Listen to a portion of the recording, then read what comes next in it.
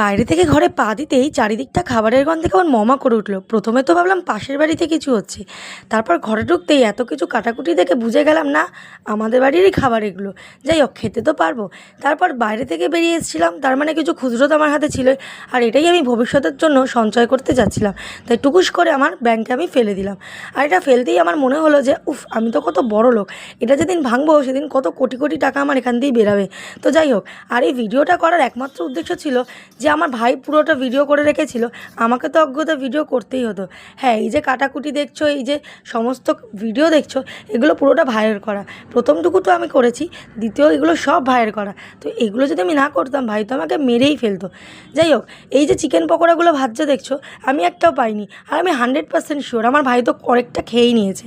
তাই জন্য আমার মাও আমার কথা না চিন্তা করে রাখেনি। যাই হোক, এইভাবে তো ভিডিওটা কমপ্লিট করলাম। তো আমার ভিডিওটা কেমন লাগলো জানিও। Bye, love you.